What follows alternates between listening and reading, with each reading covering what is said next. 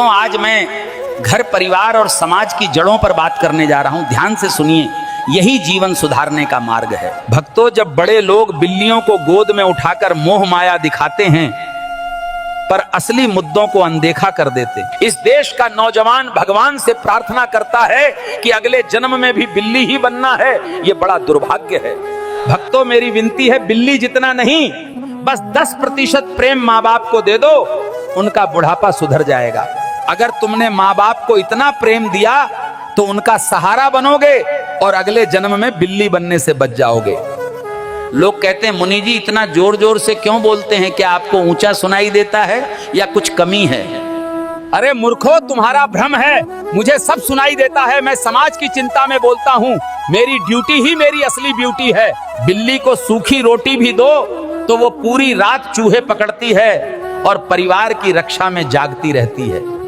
पैसा कमाओ, मेहनत करो, लेकिन इतना मत कमाओ कि औलाद ही हाथ से फिसल जाए और परिवार का रिश्ता टूट जाए। घर की असली लक्ष्मी पत्नी है, तिजोरी का धन नहीं।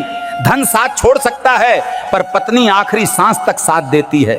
जो शराब पीकर घर आता है वो अपनी पत्नी रूपी असली लक्ष्मी का अपमान करता है और परिवार की शांति नष्ट कर देता है। जब पत्नी रूपी लक्ष्मी नाराज होती है तो तिजोरी वाली लक्ष्मी भी घर छोड़ देती और घर का वैभव मिट जाता।